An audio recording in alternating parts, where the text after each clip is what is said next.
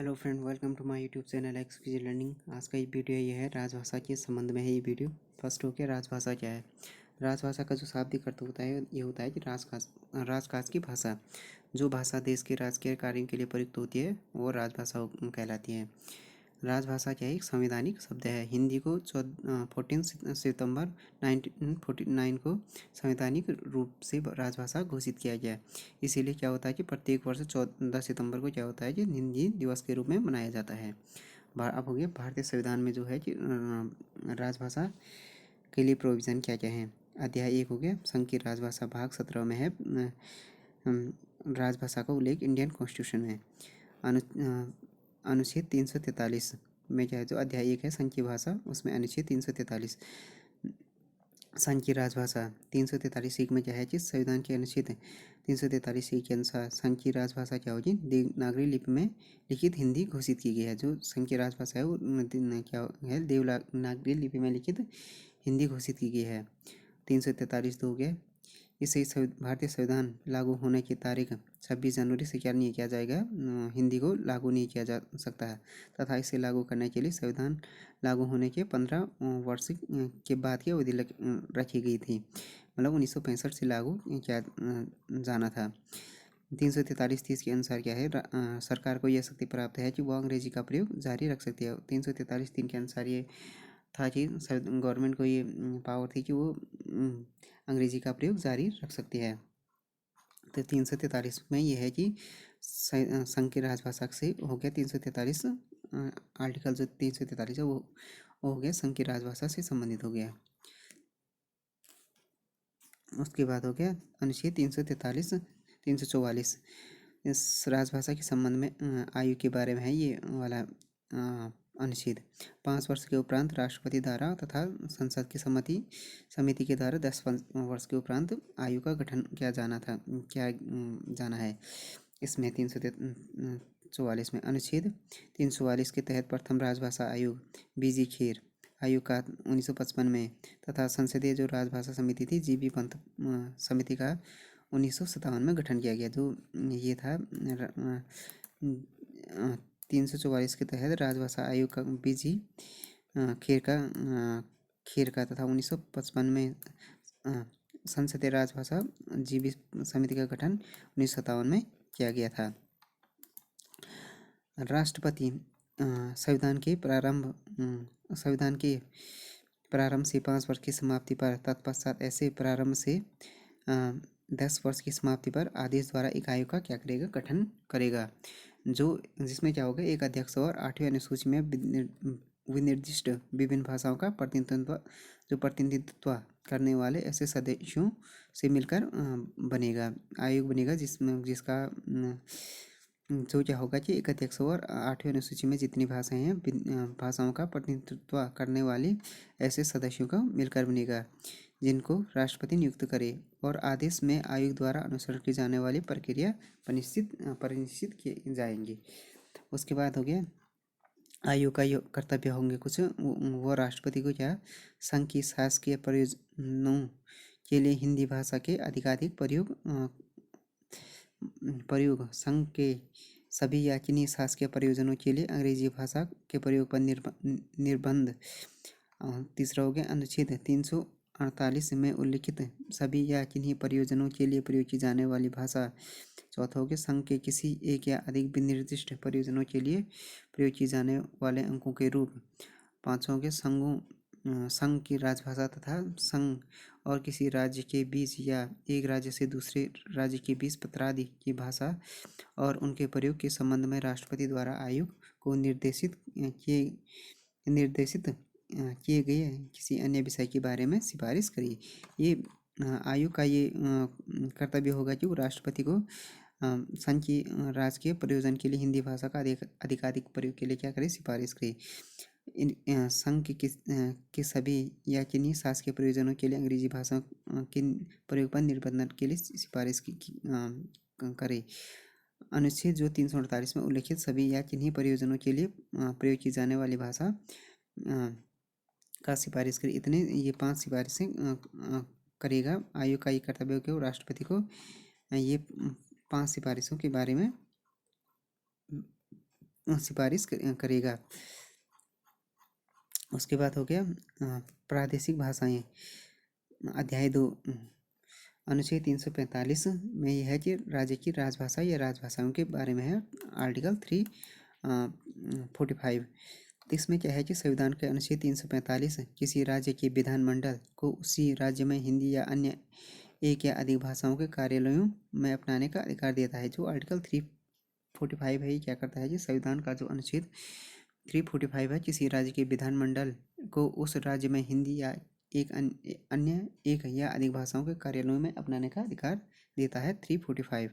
उसके बाद हो गया 346 एक राज्य और दूसरे राज्य के बीच या किसी राज्य और संघ के बीच पत्राधिकी राजभाषा के संबंध में है ये अनुच्छेद 346 346 अनुच्छेद 346 में है कि एक राज्य और दूसरे राज्य के बीच या किसी राज्य और संघ के बीच पत्राधिकी राजभाषा संघ में शासकीय प्रयोजनों के लिए किए जाने के लिए तत्समय प्राधिकृत भाषा और एक राज्य और दूसरे राज्य के बीच तथा किसी राज्य और संघ के बीच पत्राधिकी राजभाषा होगी। परंतु क्या होगा कि यदि दो या अधिक राज्य करार करते हैं कि उन राज्यों के बीच पत्राधिकी भाषा क्या होगी हिंदी भाषा होगी तो ऐसा पत्राधिकी के लिए उस भाषा का प्रयोग किया जा सकेगा। इसमें यह है कि जो आर्टिकल 346 है इसमें है कि एक राज्य और दूसरे राज्य के बीच या किसी एक राज्य और संघ के बीच पत्राधिकी भाषा के बारे में है ये आर्टिकल। उसके बाद हो गया आर्टिकल 347 अनुच्छेद 347 किसी राज्य की जनसंख्या के किसी अनुभाग द्वारा बोली जाने वाली भाषा के संबंध में ये विशेष उपबंध है। यदि किसी राज्य में पर्याप्त संख्या में लोग किसी भाषा को बोलते हैं और वो चाहते हों कि उनके द्वारा बोले जाने वाली भाषा को मान्यता दी जाए तो इसकी अनुमति राष्ट्रपति दे सकता है। समय समय पर ऐसा ही हुआ है। इसकी ऐसी मान्यता देते रहे हैं प्रेसिडेंट राष्ट्र। जैसे 1967 में सिंधी, 1992 में कोंकणी, मणिपुरी, नेपाली, 2003 में बोडो, डोगरी और मैथिली संथाली को क्या मिला था मान्यता प्रदान की थी प्रेसिडेंट के द्वारा। उसके बाद हो गया अध्याय 3। अध्याय 3 में है उच्चतम न्यायालय और उच्च न्यायालयों आदि की भाषा के बारे में है। अध्याय 3 अनुच्छेद 348 में है सुप्रीम कोर्ट और हाई कोर्ट में तथा संसद एवं राज्य विधानमंडल आदि के लिए प्रयोग की जाने वाली भाषा उपबंध होने तक अंग्रेजी जारी होगी। इस भाग के पूर्वगामी उपबंधों में किसी बात के होते हुए भी जब तक संसद विधि द्वारा अन्यथा उपबंध न करे तब तक उच्चतम न्यायालय, सुप्रीम कोर्ट और प्रत्येक उच्च न्यायालय, हाई कोर्ट्स में सभी कार्यवाही अंग्रेजी में होगी। क्या होगा कि इसमें ये उपबंध है कि 348 में कि ऐसा उपबंध है कि जब तक संसद विधि द्वारा अन्यथा उपबंध न करे तब तक क्या होगा कि हाई कोर्ट और सुप्रीम कोर्ट में क्या होगी जो भाषा होगी वो अंग्रेजी होगी। संसद के प्रत्येक सदन या किसी राज्य विधानमंडल के सदन या प्रत्येक सदन में पुनर्स्थापित किए जाने वाले सभी विधेयकों और प्रस्तावित किए जाने वाले उनके संशोधनों के संसद या किसी राज्य विधानमंडल द्वारा पारित सभी अधिनियमों के और राष्ट्रपति या किसी राज्यपाल के द्वारा प्रख्यापित सभी आदेशों के और इस संविधान के अधीन अथवा संसद या किसी विधानमंडल द्वारा बनाए गए किसी विधि के अधीन निकाले गए या बनाए गए सभी आदेशों, विनियमों और उपविधियों के प्राधिकृत पाठ किसमें होंगे अंग्रेजी भाषा में होंगे। क्या होगा कि संसद के जो प्रत्येक सदन है या किसी राज्य विधानमंडल के क्या सदन या प्रत्येक सदन में जो पुनर्स्थापित किए जाने वाले सभी विधेयक और प्रस्तावित किए जाने वाले उनके संशोधन किसमें होंगे अंग्रेजी में होंगे। और जो अध्यादेश होंगे राज्यपाल राष्ट्रपति के वो भी किसमें होंगे अंग्रेजी भाषा में होंगे। उसी प्रकार विधानमंडल के आदेश, नियम, विनियम, उपविधियाँ सभी क्या होंगी अंग्रेजी में होंगी। उसके बाद हो गया आर्टिकल 349 भाषा से संबंधित कुछ प्रविधियाँ अधिनियमित करने के लिए विशेष प्रक्रिया। राजभाषा संबंधी कोई भी विधेयक राष्ट्रपति की पूर्व मंजूरी के बिना पेश नहीं किए जा सकते हैं और राष्ट्रपति भी आयोग की सिफारिशों पर विचार करने के बाद ही मंजूरी दे सकेगा। क्या है कि इसमें जो 349 में इसमें क्या होगा, राजभाषा से संबंधित जो कोई भी विधेयक क्या होगा, राष्ट्रपति की पूर्व मंजूरी के बिना क्या नहीं किया जा सकता है, पेश नहीं किया जा सकता है। राष्ट्रपति भी आयोग की सिफारिशों पर विचार करने के बाद ही क्या होगा, मंजूरी दे सकेगा भाषा से संबंधित किसी अधिनियम के लिए। जो कोई विधेयक क्या हो गया, राष्ट्रपति के पूर्व मंजूरी के पेश नहीं किया जा सकता है कोई भी विधेयक राजभाषा से संबंधित। उसके बाद हो गया अध्याय 4 विशेष निर्देश के बारे में हो गया। अनुच्छेद 350 व्यथा के निवारण के लिए अभ्यावेदन में प्रयोग की जाने वाली भाषा के बारे में है ये आर्टिकल 350। प्रत्येक व्यक्ति किसी व्यथा के निवारण के लिए संघ या राज्य के किसी प्राधिकारी या प्राधिकारी को यथास्थिति संघ में या राज्य में होने वाले किसी भाषा में अभ्यावेदन का हकदार है। इसमें क्या है कि 350 में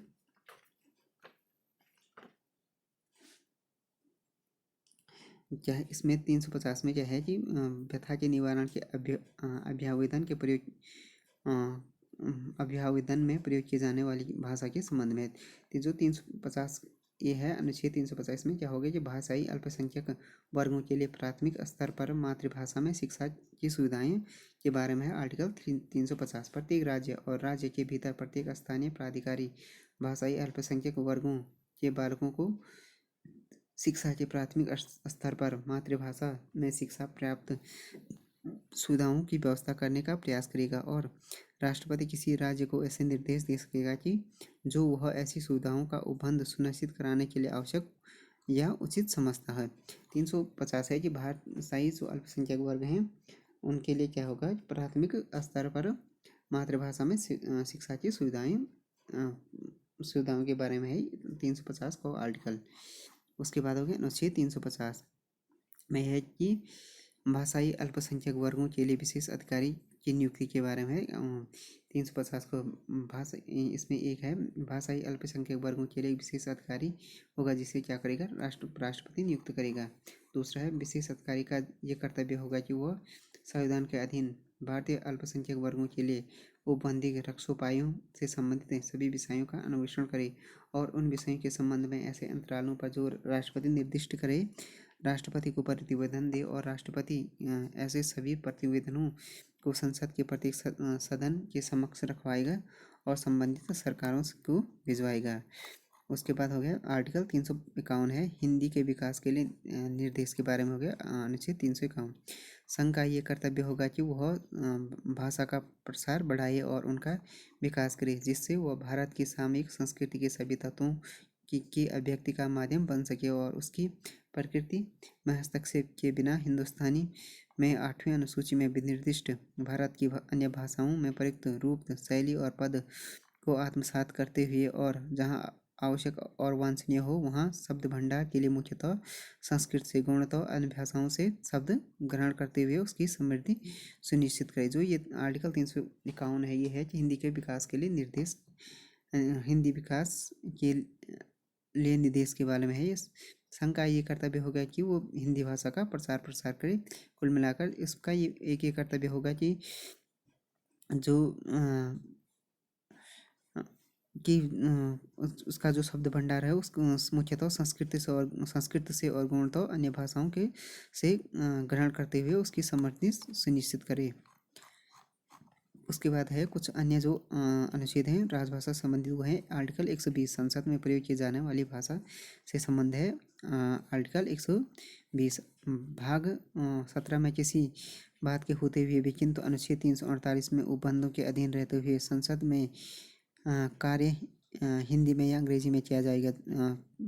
इसमें यह है परंतु यथास्थित राज्यसभा का सभापति अथवा या लोकसभा का अध्यक्ष अथवा उस रूप में कार्य करने वाला व्यक्ति किसी सदस्य को हिंदी या अंग्रेजी में क्या पर्याप्त अभिव्यक्ति नहीं कर सकता है तो वो क्या कर सकता है, अपने मातृभाषा में सदन को संबोधित करने की अनुज्ञा दे सकता है। तो ये हो गया जो व्यक्ति हिंदी या इंग्लिश नहीं बोल पाता है तो वो क्या करता है, अपनी अभिव्यक्ति अपने मातृभाषा में बोल सकता है संसद में। आर्टिकल 120 में संसद में प्रयोग की जाने वाली भाषा के संबंध में हो गया ये आर्टिकल। उसके बाद हो गया दूसरा हो गया, जब तक संसद द्वारा अन्यथा उपबंध न करे तब तक इस संविधान के प्रारंभ से 15 वर्ष की अवधि की समाप्ति के पश्चात यह अनुच्छेद ऐसे ही प्रभावी होगा मानो या अंग्रेजी में शब्दों का उसमें लोप कर दिया गया हो। उसके बाद हो गया अनुच्छेद 210 राज्य विधानमंडल में प्रयोग की जाने वाली भाषा।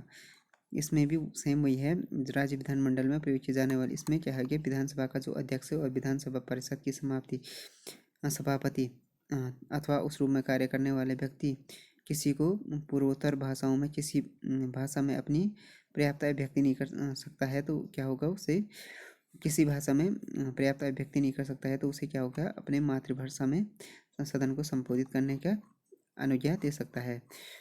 उसमें भी सेम वही है, जब तक राज्य विधानमंडल विधि द्वारा अन्यथा उपबंध न करे तब तक संविधान के प्रारंभ से 15 वर्ष की अवधि की समाप्ति के पश्चात यह अनुच्छेद ऐसे ही प्रभावी होगा। उसके बाद हो गया ये हो गया भाषाएं 8वीं अनुसूची में जो कौन कौन सी भाषाएं हो गई, भारतीय संविधान का जो 8वीं अनुसूची है इसमें ये भाषाएं हैं 22 भाषाएं हैं को मान्यता प्राप्त है। भाषाएं 8वीं अनुसूची के अनुसार क्या है, 22 भाषाओं को मानता है। एक तो अनुस्मिया, दूसरा बांग्ला, तीसरा गुजराती, चौथा हिंदी, पाँचवा कन्नड़, छठवां कश्मीरी, सातवां मलयालम, आठवां मराठी, नौवां उड़िया, 10वां पंजाबी, 11वां संस्कृत, 12वां तमिल, 13वां तेलुगु, 14वां उर्दू। 1967 में संविधान के 21वें संविधान संशोधन के द्वारा सिंधी को बाद में 1992 में 71वें संशोधन द्वारा मणिपुरी, कोंकणी एवं नेपाली, उसके बाद क्या हुआ तदुपरांत 2003 में संविधान के 92वें संशोधन द्वारा बोडो, डोगरी, संथाली, मैथिली को क्या शामिल किया गया। तो ये हो गया भारतीय संविधान की जो ये भाषाएं हैं, ये है 22 भारतीय संविधान में जो 8वीं अनुसूची में है, ये है 22 भाषाएं हैं। तो ये तो उसके बाद धीरे धीरे अमेंडमेंट्स अब तो 22 हो गए, फर्स्ट में 14 थी अब 22 हैं।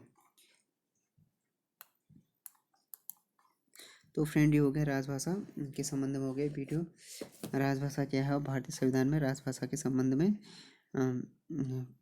उपबंध, तो ये हो गया वीडियो हो गया राजभाषा के संबंध में। Thanks for watching this video. If you like this video please subscribe my channel and like share and comment on this video.